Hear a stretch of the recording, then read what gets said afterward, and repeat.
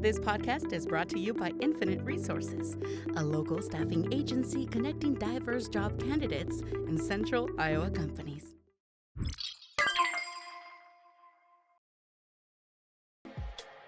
Boo, boo, boo! This is the Goose Imhotep. Coming with Babylon Makes the Rules.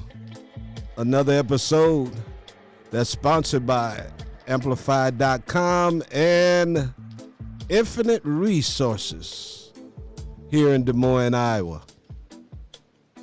We have a special show today. We have a candidate for City Council, Ward 1. We'll be having a conversation with R.J. Miller, a new up-and-coming individual in the community that's doing a lot of work. And we have R.J. here today. Say hello to the folks out there in media world, R.J. Hey, how's it going? All right. Oh, come on, man. You can do it a little harder than that.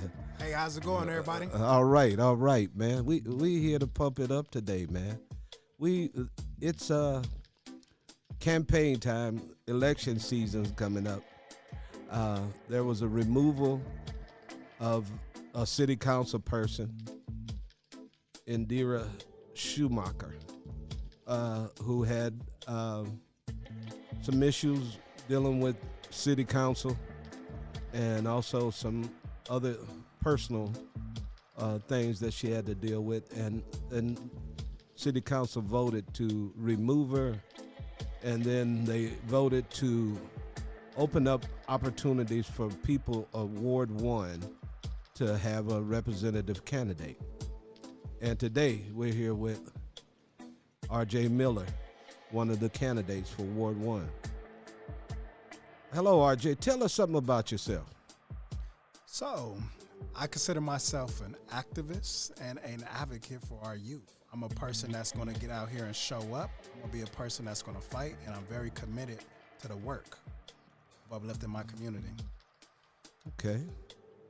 So, RJ, I know in the past we had some opportunities. We worked with one another, So, and it was through an alternative program connected with the Des Moines Public Schools. Would you enlighten us to some of that information and that experience you obtained by doing that? okay, so actually I got to give you kudos because you actually helped me get the job at Urban Dreams. I was the restorative facilitator at East High School. When I was at East High School, I seen a lot of the challenges that a lot of the students were facing.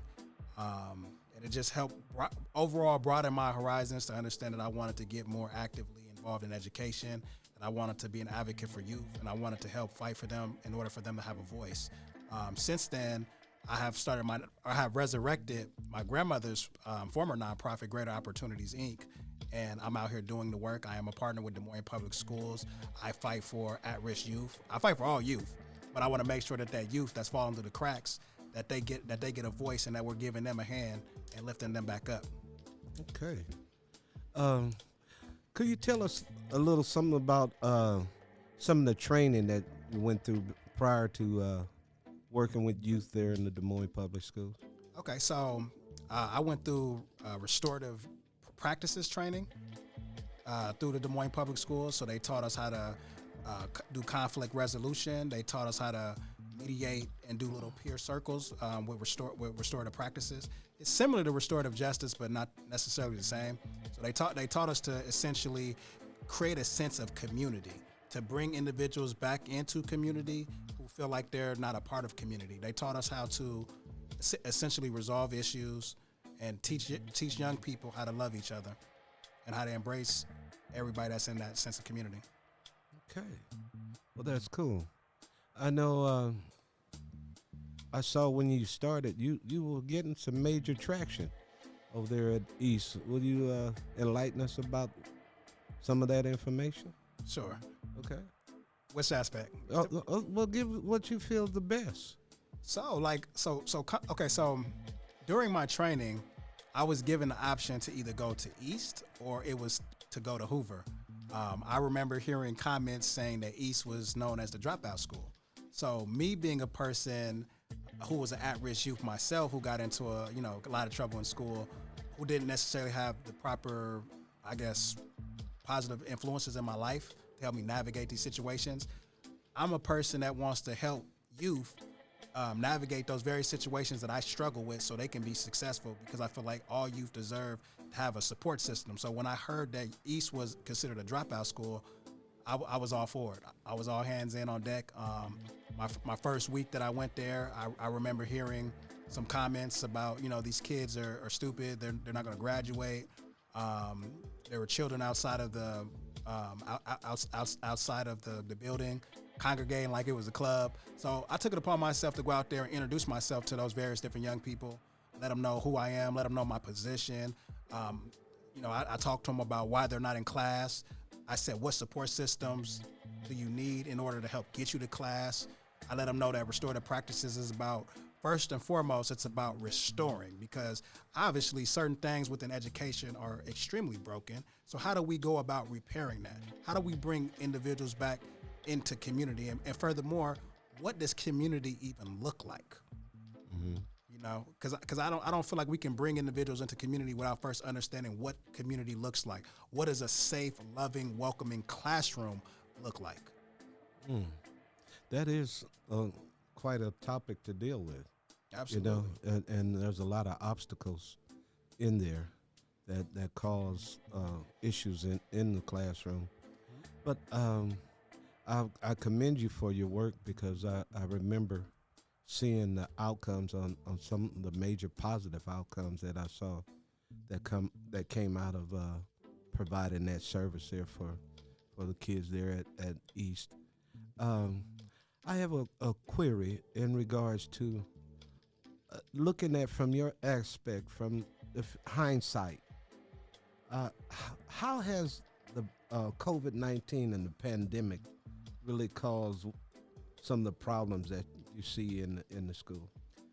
So first and foremost, I will use myself as an example, because I actually was attending DMAC during COVID-19, and it impacted me because I had to take online classes, and I really struggled with that. So I know a lot of students within high school, middle school, and things like that had to do that. I know that was very challenging for them, because a lot of kids, they need that more hands-on when it comes to education. And on top of that, the isolation played a big factor into it too, because when you isolate people and you keep them away from being able to socialize, that can cause anxiety when you take them away so long and then you reintroduce them back into society. Not to use it like a prison, but it's pretty much like the same concept. When you isolate people like that does impact their mental health. That does make people have a hard time wanting to talk and come around each other. So I definitely would say I feel like it impacted a lot of people's mental health. I definitely think that a lot of people's bonds that they used to have with other people within those schools, it diminished. Even when I went to Lincoln High School, I talked to a lot of their leadership, and they told me since COVID, a lot of kids aren't as social. They don't want to really talk as much, and it impacted them as far as their education. A lot of kids' grades went down because, again, they didn't get that direct hands-on teaching experience like they should have. And then kids, for the most part, are social. Mm-hmm. A lot of the ones that I know, they're yes. social butterflies. So that sense of community is necessary in order for them to grow. A lot of kids come to school just because they want to socialize with their friends and they want them positive interactions. Yeah, true. I looked at something too when that COVID situation was going on, and as you stated, it's still here. We're not through because COVID is still around. But looking at the disparities in underrepresented populations, there was an issue even just getting the technology that the youth needed, and having homes that had Wi-Fi, because everything was online. So I know it was a serious transition for a lot of people. You tapped on something as well as about the mental health of the students. What did you notice through your observation of what was going on with some of the students that you saw? Just the increase in the anxiety. The increase in the anxiety where they didn't want to be as social. they didn't interact as much with other students, and then I also noticed the decline in their academics, the grades. It went down. So like one of the biggest things about education is repetition. Repetition. I'm sorry. Okay. Yeah. So repetition. So you have to continue to do something over and over in order for it to stick to you. So when you go through these various different periods of months of not doing something, you kind of lose it. So it was hard to kind of get those kids to refresh, to get back into academics and to be more good with their math, their reading. But in this case, I'm going to say math because that seems to be an area which a lot of kids are struggling in high school at this point. You know, because I noticed that a lot of the social workers are counselors at schools. There were maybe not that many to deal with a whole building full of kids, you know. And how are you going to be able to schedule all of those particular issues that individuals might go through? Oh man, I know I've seen you doing something outside of working directly with East. I remember it was an incident that occurred last year where a young lady got ran over. Yes, sir. Would you enlighten us to that about that problem? So, Emma Cardenas, she was killed in a car accident or a hit and run, not too far from East High School on our way home. That was actually one of the students that I had at East High School, her and some of her other friends and things like that. It was some students that actually reached out to me via Instagram. A couple reached out to me on Facebook because they know that I stand up for students, I stand up for parents, and I stand up for people within this community. And they reached out to me and requested for me to contact her mother. And I reached out to her mother and was very supportive and still talk to her mother to this day. Actually, she's running for school board. Okay. She's been very active. But yeah, I supported her and fought with her to, make some of these changes. I even did a protest with her daughter and several other people to ensure that we have safer traffic and things like that. There was a march that her mom put together. I was very supportive of that. We got our city council people to come outside and do that march with us. Students, obviously. I saw some teachers from Hyatt that were very supportive. And if I'm not mistaken, I want to say the principal from Hyatt came to the march as well. So there was a lot of community support on that east side as far as making some traffic changes. Emma's mom, Anna, was very instrumental in those different things. I know we went to the school board to get them on board. We went to city council meetings to get them on board and even contacted our state representatives to get them on board as well.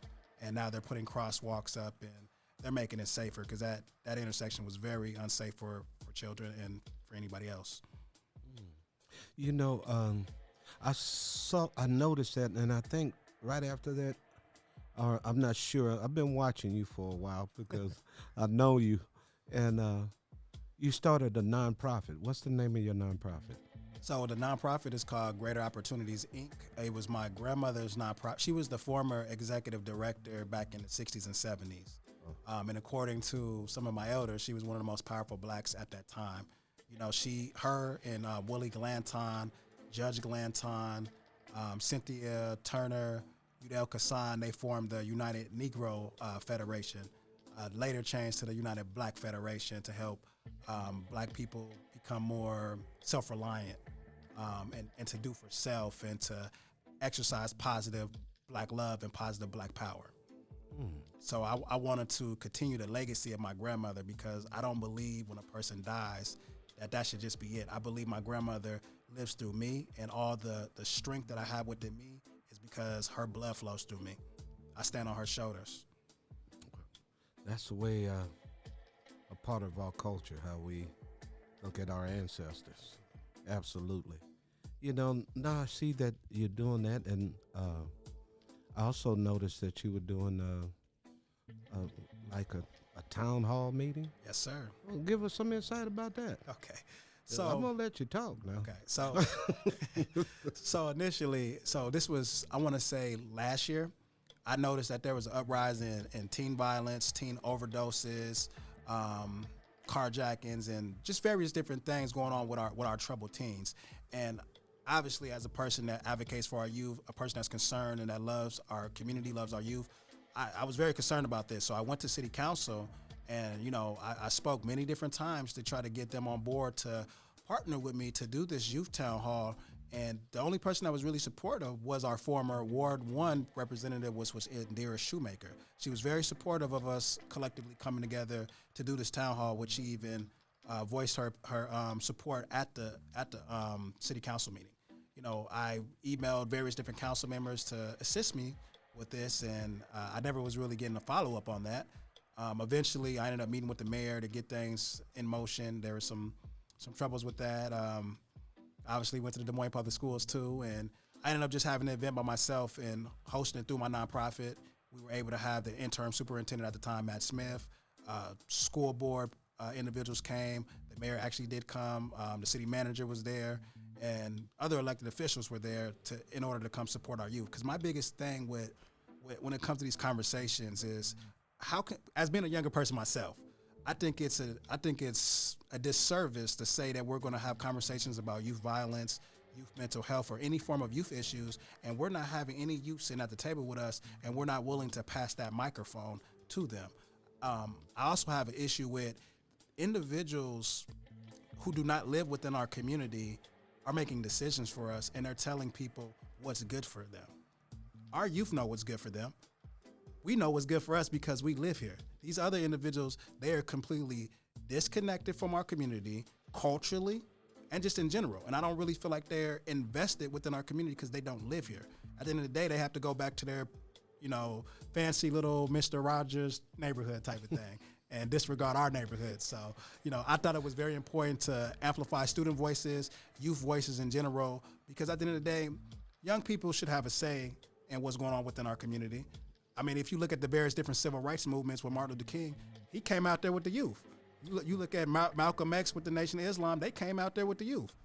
All these various different civil rights movements, they always have young people, SNCC, the Black Panthers, so we can't ignore the youth. Obviously, I'm an advocate for respecting our elders. I feel like the wisdom that they have, we should listen to that, but we need to be able to work in harmony with each other.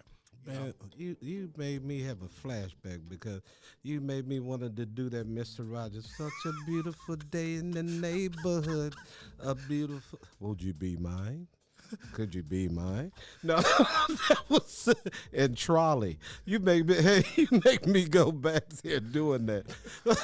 It's crazy. It's something though. I had to laugh for a second because I'm just thinking about all this stuff and. Noticing from my time there working through that alternative program with the Des Moines Public Schools through Urban Dreams, I made some contacts with some organizations of the University of Nebraska, and they wanted to run a program here, and it was in regards to human and sexual trafficking. That's needed. Yeah. Did you encounter any of that type of stuff while you were there? Where at Urban Dreams? No, when you worked with the schools. Oh. Or you just working with kids in general? So no kids have directly told me that they have been trafficked. I know that there's kids that obviously are anti those things, and I have bumped into kids that have been sexually assaulted and went through different things within the home, and a lot of stuff a lot of stories that I heard from a lot of those young people. It's very depressing. It's very saddening. I take it home with me. Like, it's not one of them type of things where it goes in one ear and out the other. Like, I literally take that home with me. It goes on my sleeve, and I literally think about it at night and try to figure out a solution to how we can help those young people. I honestly feel like a lot of those young people should get gold medals just from even going through the school doors. I mean, that might seem kind of crazy, but if we consider the stuff that they have to deal with in the home or in their environment in general, then we would definitely want to give them a gold medal, that they even have the bravery and the courage to even walk in the building and walk into the classroom with knowing their obstacles that they're faced with. Because that sexual assault stuff is real. Oh, yes. And I had to have conversations with teachers about this, without having to bring up a particular student's name, because obviously I respect privacy and those different things like that. But my biggest thing is, we have to get teachers to start understanding students and recognizing their humanity. Yes. See them as being a human first and see them as being a student second. Because at the end of the day, if they're broken as an individual, how do you expect them to want to come to your class and get an education if they have to worry about where they're going to sleep at night, how they're going to get their next meal, or if somebody has sexually assaulted them, or if they have a mental health issue? Like, I remember when I was a kid, there was a time when a teacher could know something's wrong with you. They wouldn't embarrass you in front of the entire class. They would wait till the class is over, and they would have a conversation with you and say, "Hey, baby, are you okay? How's things going at home? Have you ate?" You know, they care about your humanity. Yes. You know, not just you being a student and giving you a piece of paper and say, "Do this test," and that's it. Like, I feel like we got to get back to having that genuine connection. You know, and like I told the students today, you know, with this town hall that we're bringing up, this town hall isn't to cause a division to bash Des Moines Public Schools. It's not to bash the city of Des Moines or any of these other institutions or teachers for that matter, because I think a lot, like, granted, are there some teachers that could do better? Absolutely. But going into these various different buildings, because I've been in at least 11 buildings this year, I've seen a lot of committed educators that are committed to helping young people, and they don't get the support that they need. I know one of the biggest things from the youth was we need diversity. We need more teachers of color. I agree with that. I think we need more teachers of color, but I also believe that the teachers of color that we have within the district, we need to value them in order to keep them. We need to make sure that we're valuing their humanity too, because at the end of the day, they're not respected when it comes to certain admin. They're not respected when it comes to our state government, and sometimes they're not respected when it comes to parents. You know, parents are getting the teacher face and act like they want to fight with the teacher. Will. Yeah. You talking about, Will, what you talking about, wanna? You know, because dealing with that topic when we were talking about, you know, looking at human trafficking and sexual trafficking, it's not a new phenomenon. Yeah, because the biggest form of human trafficking was the transatlantic slave trade that was when people were brought, snatched up and brought here to this nation. And then also the sexual type of thing, because I know we had to deal with some youth who were caught up in it, and grown men dealing with little girls 12, 13, 14 years old, and you know, they need to be taken in the court and prosecuted. Absolutely. Can I touch on that real quick? Go ahead. So, because we've had these conversations before, I just want to touch on that a little bit, because I know there's a narrative that goes out with our young women. I know, like, when some of our young women are, quote unquote, they consider them to be fast, or they become a teen mother, how a lot of these things are frowned upon. We don't take into consideration of what you just mentioned about the sexual assault. You know, young girls being molested, the fact that this makes them over-sexualized. You know, it definitely makes them over-sexualized, and it definitely impacts their mental health. And some of those young women, they don't know the appropriate ways to go about seeking love. People have done bad stuff to them and abused their body, and they feel like this is a way for them to go out and get love, and they're doing it the wrong way because of bad stuff that happened to them. And again, we need to be more sympathetic towards these young ladies that's had these different things. I feel like a lot of the times it gets just brushed under the rug. You know, mental health too. You know, an individual could look good today and kill themselves tomorrow. And I just feel like mental health should be on the same layer as chronic illness, such as heart disease, cancer, various other different things. So we have to do a better job as a society at embracing our young people and make sure they get the necessary support that they need. Because at the end of the day, that's somebody's daughter. Yeah. That's somebody's niece. And quite frankly, I would be danged. I hear somebody you. did that to one of mine. That's nice to say dang. I'm just saying, dang. Trying to work on my vocabulary, no swearing. Okay. Well, I curse, but that's what I could. You know, I looked at also with a local case here with a young lady named Piper Lewis, and what happened with her, because she was sexually trafficked, and I guess we see that she took the life of someone, and then here in the state they wanted to attack her civilly to obtain, I think it was $150,000. I didn't hear about that. The family wanted $150,000 from someone who hadn't graduated from high school, still in school, and already from an underrepresented population, not a very wealthy family, just where they can throw $150,000 around. What would you say about? I know you're applying and a candidate for city council, if you was on city council, that topic came up, what would you be focused on?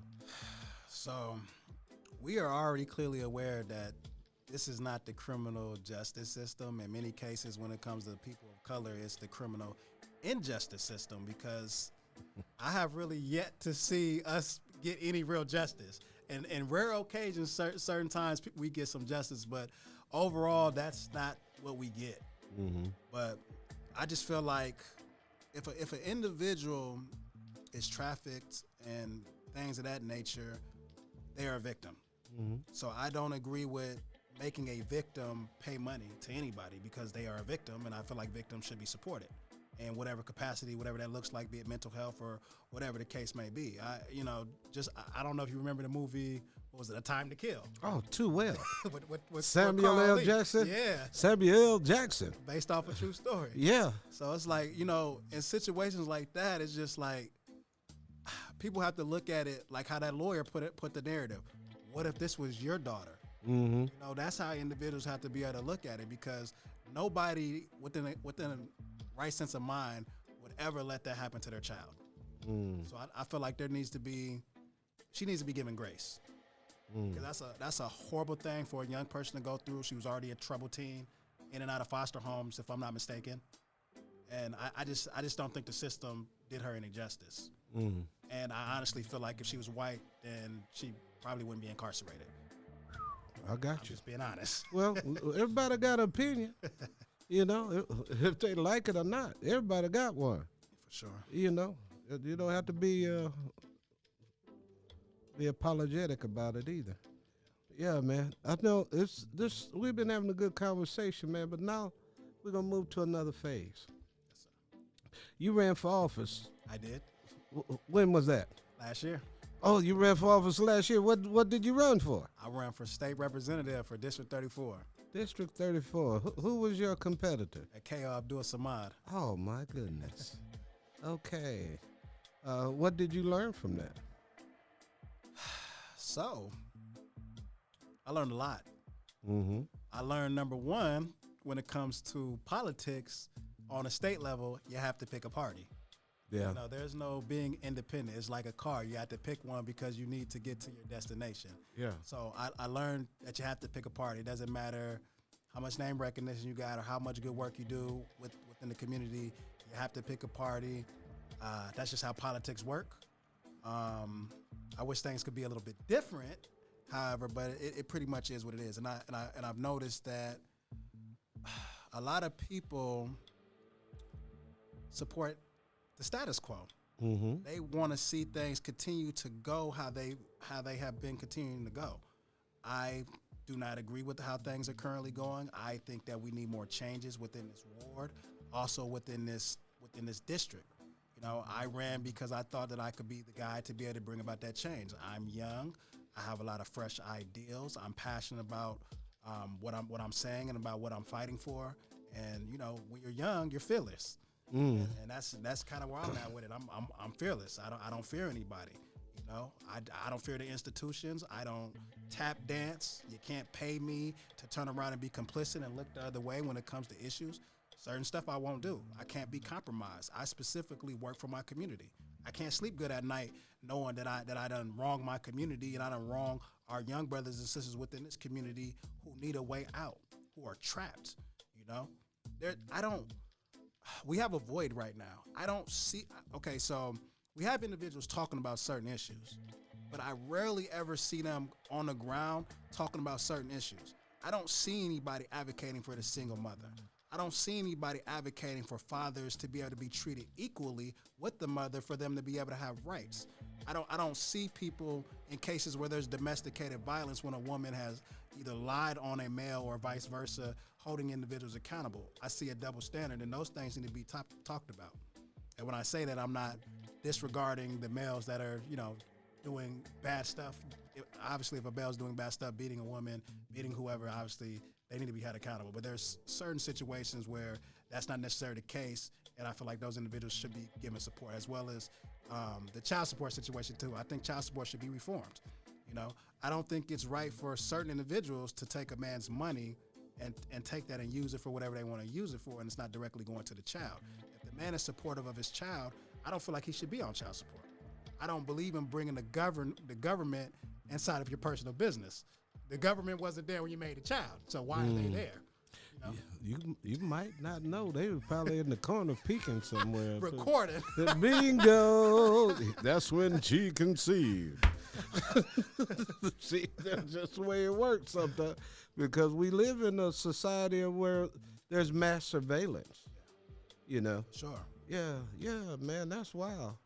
You know, just to put it bluntly, man, I'm gonna ask you, list some items that's on your platform.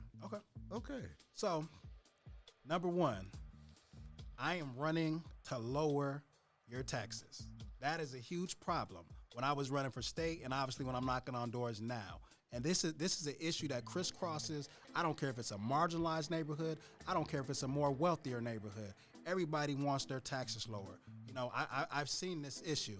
We have elderly people who are homeowners who are now retired. They're on a fixed income and they have to pay the expensive medical stuff when it comes to getting their diabetes medicine, etc. They cannot afford their houses. I think that's an injustice to our elderly people. They are elders. They done work. They got their fixed income going on. They should be able to keep their house. Mm-hmm. I don't think that it's fair to have to raise the taxes so high to make the elderly, you know, have to sell their homes. I think that's a complete injustice. And I know that homelessness, this isn't on my platform, but I know homelessness is a big issue going on within my ward, you know, and a lot of times individuals want to talk about what we're going to do after the fact. Rarely do I ever see anybody ever talk about being preventative. So lowering taxes can help prevent people from being homeless. Let's get more into the preventative aspects when we're dealing with this work. So my second thing will be obviously safer neighborhoods, because in any space that I ever walk into, I don't care if it's, you know, on a state level, city council, dealing with the schools, I always want to make sure people are safe. You know what I mean? So safer neighborhoods, and obviously better infrastructure when it comes to our roads, because, you know, all throughout the different cities, it's terrible when it comes to these potholes, construction everywhere. So we want to make sure that people have drivable roads. And then the last thing on my platform would be, I want to focus on lowering the priority of marijuana when it comes to law enforcement. Because one of the things that really upsets me is when I have to go on Facebook and see on Polk County website that we continuously are having young people ushered into the criminal justice system. And most of these young people are young people of color. And I don't like that. You know, why are we wasting our resources and taxpayer dollars on weed when there's fentanyl out here that's killing babies? There's meth out here that's harming people, and there's rapists out here, murderers. We need to make sure that the resources and time is spent towards going after crimes that should be priority, not weed. I noticed here in Iowa, we are surrounded by 3 states. One, Illinois has recreational marijuana. Minnesota has recreational marijuana. Nebraska has decriminalized marijuana. Yet here in Des Moines, I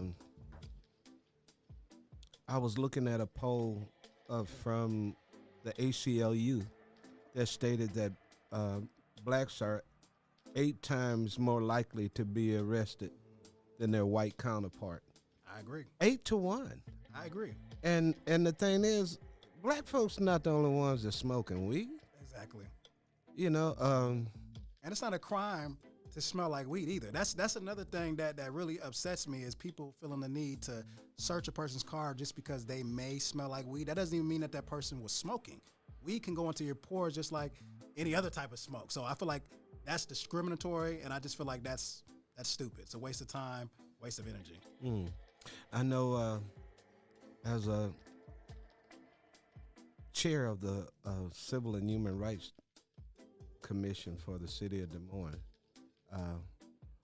the decriminalization of marijuana is a topic that has been up and need to be brought about, because other states, other cities around the country, some even their DAs, district attorneys said, if they have a small amount or a certain personal amount, don't bring that to my courtroom.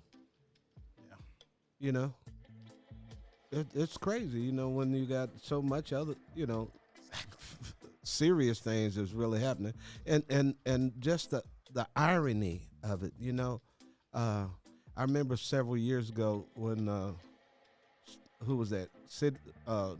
John Boehner. He was Speaker of the House back during the Obama administration. Republican Speaker of the House, was always known for getting all teary-eyed and start crying when he talked on TV.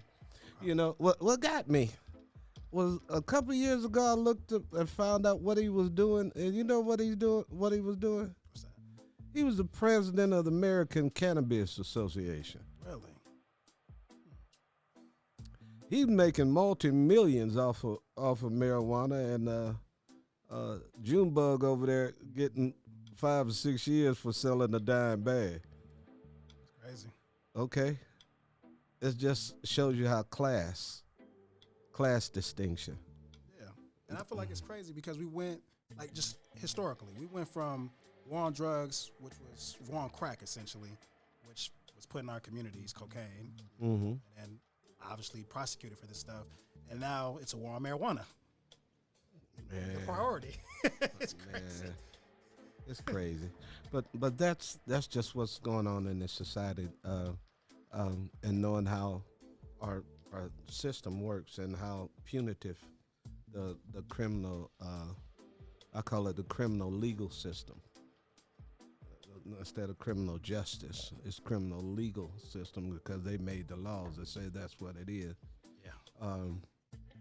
And is there something else you'd like to talk about, RJ, since we're here talking? Go ahead. So I'm going to go into a little bit about, why I'm running. Do that. Obviously, I went into my platform, but I want to kind of go into why I'm running. Okay. So, number one, our former city council person was black. I believe that representation is important. And when I say representation, I'm not necessarily saying just because a black person, a black face in a high place, that necessarily means something. I'm talking about a person that's going to represent our values and that's going to fight for our values and the best interests of our community. I feel like every culture should have representation on that council because Des Moines is diverse, and the council currently does not reflect the diversity in Des Moines. I'm just going to say it. Just playing. We have a whole bunch of old white people with money on the council. That's what is going on. And I think every culture should have representation. We need black representation, Hispanic representation. People need to be up there representing for their people, right? and give the council more diverse. And because I'm so tired of all the old people with money who are disconnected from our community. You don't even walk in my community. Like, for example, this isn't matter of fact. I'm just going to say how it is. Say it. So, with these candidates, right? So a lot of these individuals are coming out of Beaverdale. I'm a very active person when it comes to going throughout these marginalized neighborhoods.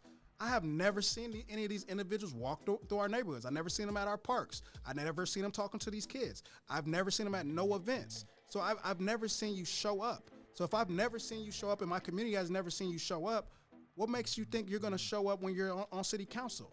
Or are you just going to specifically represent for your neighborhood, Beaverdale, that you're currently locked in? Because that's all that I see is individuals segregating themselves from the rest of the neighborhoods, specifically advocating for Beaverdale interests. And as a person who wants to represent this ward, I believe everybody should have a voice, but I will be danged if I allow just Beaverdale to specifically have a voice and to muffle out the voices of our more marginalized neighborhoods. I refuse. Everybody's voice should be heard, but that includes the marginalized neighborhoods or low income or the hood or however you want to put it. You can't overlook the suffering of those people. And that's why I take this stuff seriously, because I walk these neighborhoods. I talk to the folks in the neighborhood. When I was getting signatures to get on the ballot, a young black lady came up to me and said, "You know what the city can start doing?" I said, "What's that?" She said, "Help some of these homeless people. I'm sleeping in Good Park." I'm gonna shed a tear. Looking at the suffering of our people, seeing the conditions that they're in, it's heartbreaking. And then also seeing that we have all these people that are so called on the council that say they want a better city for all, that don't work in the best interest to give these people representation or to fix up our neighborhoods? Why do the neighborhoods in Beaverdale and Merle Hay, why do their stuff look better than ours? Why do their parks look better than ours? Why are we not investing resources into our stuff? That stuff makes me mad. You know, no, you don't. But I'm gonna tell you this, because you didn't know my grandmother, my great grandmother. You didn't know that.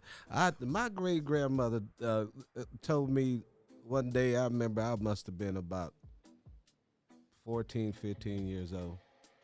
My dad and my brother, we drove up from Texas to come to Marshalltown to see my great grandmother.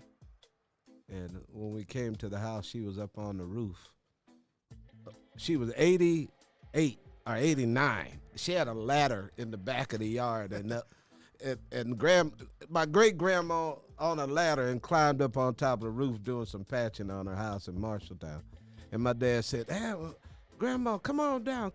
She said, "All right, boy, I'm come on down." She came on down, and she was so happy to see us because we drove from Texas and we got to go on. And Grandma said, she said, "Hey, baby," she said, "go out there and get me a chicken or a guinea out there in a pen," because she had a chicken pen in the back. She had ducks, chickens, and guineas. And she said, because she was going to make some chicken and dumplings.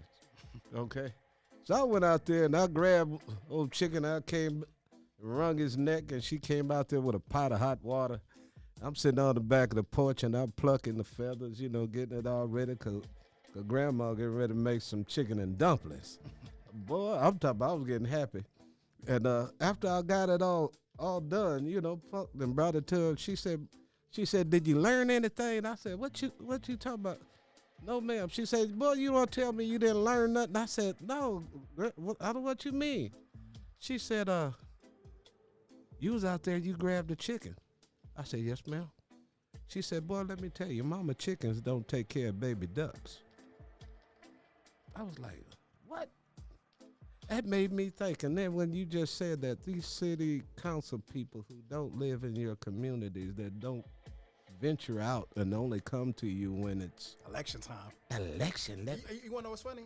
Even during kissing election time, babies and shaking hands and doing you ready to start kissing babies? Well, COVID's still a thing, so time out on COVID. Can't kiss on the babies, man. We don't want yeah, that part. But even like during election time, when I walk certain neighborhoods, I don't see their signs. I don't see their literature. They're hitting the more white neighborhoods that are in certain areas. Predominantly. Yeah, predominantly. They're not trying to talk to the neighborhoods that are predominantly of color or what they would consider to be the hood or the crime areas, which I think is a problem. I come down there and I come talk to these people because their voice is important. And even knocking at their doors, and this is another issue with elected officials and things like that. They want to talk about, let's get out the black vote, let's do this. We got people within our ward and our district that don't even know what our polling place is. So why are they not informing this to voters? Or is it only get out the vote when it's them up on the ballot? So, I mean, I don't know. That's the way they do it. Man, oh, man. They don't want people educated. I really feel like they don't want voters to be educated that are in the hood. I'm just going to say it straight like that. They don't want people in the hood to be educated because they know the issues. They know the inconsistencies, and they know if they vote and they start doing certain stuff, a lot of people is going to be out of office if they get engaged. I got you. Man, oh, man. Man, I thank you. Would you like to add a little bit more? Yeah. Go ahead. I know you long-winded. You like the old Baptist preachers. Actually, I'm not long-winded. Go ahead. But no, I just, like with my campaign, to me, it's deeper than me. Okay. To me, it's a movement. Yeah. It's for the youth and it's for the people. It's about change. So when I'm knocking and I'm showing up to people's doors, I'm doing a knock for change.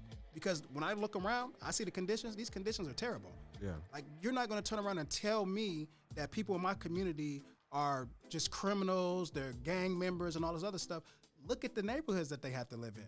You cannot starve a community of resources and then turn around and say that they're gang members and that they're thugs. You create a jungle habitat and you wonder why there's lions, tigers, and bears. It is their fault. Their policies directly have impacted our people on a negative aspect. And they refuse to acknowledge that. You know, I'm not slinging no mud, but I'm gonna just tell you from a scientific perspective, in particular in regards to white people, they rationalize racial inequality through four main processes that constitute color blindness. Colorblind racism, not color blindness, but colorblind racism.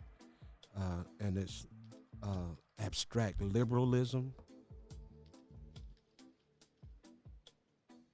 the naturalization of cultural racism, and the minimization of racism. Those are some issues that that come out from their understanding, because most of the time you hear some of these, especially these evangelicals and religious groups come and state, especially if they're from the Caucasian persuasion, they say, well, that they think that way because they think that black people are just inherently violent and criminal. So whatever happens to them, it happens because that's just the way you are. Gotcha. Which is untrue, by the way. Bottom line, fact, not fiction. So, man, I appreciate you. And for a young man to make up and stand up for a cause. Can I say one more thing? Go ahead, you can say more. Okay, so I know you. See, you told me you went along with it. Go ahead. So I get. So I gotta get rid of that fly. Get away, fly. So I guess the other aspect of the fight is, to me, it's not about a political office. It's about the resources. To me, it's a resource game, because again, a lot of people get on TV when somebody's murdered, and we don't see them in the community. But when somebody's murdered, they talk about it's time to stop the violence. And I'm just going to be honest. A lot of the people that do that, they don't really want the violence to stop, because they get paid for violence to continue. They get paid to keep the conditions in our community the same. So my fight is a resource fight to be able to distribute resources to the underserved areas, to the people that actually need it. And my fight is to help lift people out of poverty.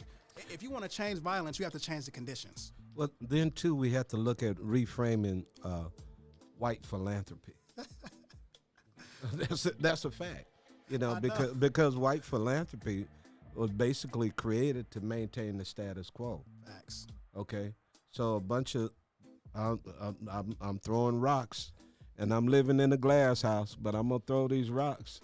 A lot of these nonprofits ain't nothing but poverty pimps. Ambulance chasers. Come on now.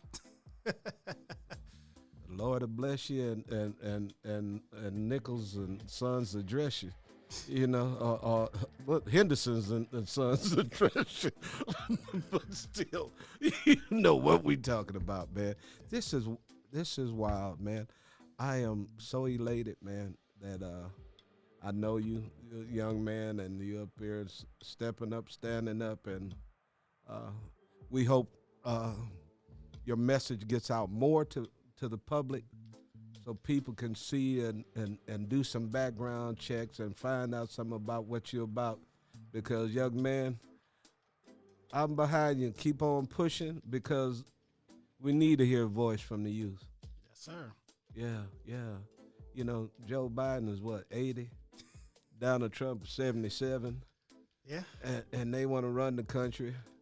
You know, I looked at that. I heard today he said Donald Trump is not going to be in the second Republican debate because he's going to be in Detroit talking about the auto workers, UAW. Yeah, I seen that last night. Hey, that's some wild stuff when someone just avoids a debate. You don't have to. Ooh, we sure don't do it. He knows he's going to get the Republican nominee. Well, but think about what's going on with you. There's 4 candidates running for the position, right? 5. No, 5. 6 altogether if you 6. count me. Yeah. 6. Yeah. Is there going to be a debate? I welcome a debate. Well, that'll be fun. Because the first thing I'm going to ask the individual is, you claim you're going to show up. Why haven't you showed up in none of the marginalized neighborhoods?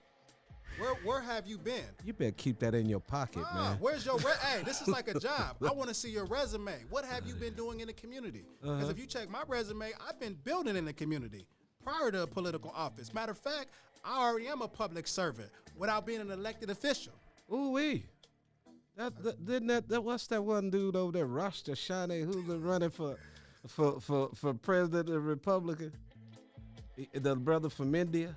I can't remember. Rasha Swami or something like that. I don't remember how to pronounce that. Yeah, but I'm trying. Yeah, but I know you're talking about that. Yeah, I saw somebody had something out where he was in college. Yeah, and he questioned Al Sharpton, and he asked Al Sharpton, how could you run for office when you're not an elected official? He said, well, I'm not an elected official, but I'm already doing the work out here in the streets. Absolutely. Okay. There's two types of politicians: those that are elected, and then those that are not elected but are doing this work in the community. Well, I know next time I see you, I don't want to see you with your hair looking like Al Sharpton's. You ain't never gonna see my hair looking like Al Sharpton. Hey, shortcut. Shortcut. No process. I don't do perms. Oh, come on. I mean, neither, as you noticed. That's crazy, man. Hey, I ain't ashamed of my black head. Well, okay, man. Okay. Do you have anything else you'd like to say, bro? Yeah, I want to encourage everybody to get involved. I know that there's a notion of every presidential election, that's the best time for people to get involved. I'm not saying don't get involved during the presidential election, but get involved in the things that are going to affect you on a day-to-day basis. That is going to be your school board. That is going to be your city council. Don't be an individual that's saying, oh, well, I don't like the policies that are being made for the kids at school, and you're not showing up to school board meetings, or you're not voting for school board members that represent your values. Don't be the person to say, well, I don't like what the city's doing with the roads, or I don't like the policies with policing and different things like that, and you're not voting for the people that are going to be in your best interest. That's what it's about, man. And when you do vote for a person, if they do get elected, you have to support them. Because I know with the former Ward 1 representative, she didn't get the support like she should have. You can't just vote for a person and leave them in the chambers to pretty much undergo microaggressions. Well, that's going to come anyway because we live in a racist society. Absolutely. But they can still support. They didn't Oh, support. yeah, man. But the thing, too, is that a council person, representative, or senator must be representative of their constituency. That part. You if you want to get in office and stay in office, take care of your constituents. That part. Not donors. No, take care of your constituents. Not special interest group. No, I'm just saying. Okay, come on, man. Come on. Now you're going to get these PAC people coming in there. Man, you need to quit this mess. We are here in the belly of the beast, better known as Des Moines, Iowa.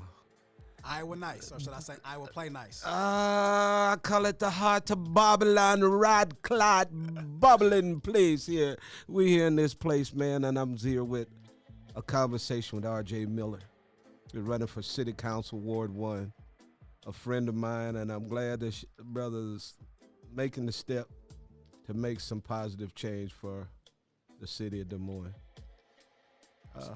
Man, you got any last words you'd like to say, bro? Yep. You always got a last word. See, I told you. Nah, you acting like you ain't kid the Reverend Crawford or one of them old Baptist preachers or somebody like. Okay, go ahead. So my last words is November 7th. R.J. Miller for City Council Ward 1 will be on the ballot. Show up. Do your thing, man. Want change? Vote. That's the one. R.J. Miller, our first candidate for Ward 1 here in the city of Des Moines. This is Babylon Makes the Rules. We thank you for spending the short time to listen to this conversation. Like I said, we thank and Amplify DSM and Infinite Resources for sponsoring this podcast. Until next time. Rise, people, rise and stand up for your rights. Until next time, have a good one. Bye now. This podcast is brought to you by Infinite Resources, a local staffing agency connecting diverse job candidates and central Iowa companies.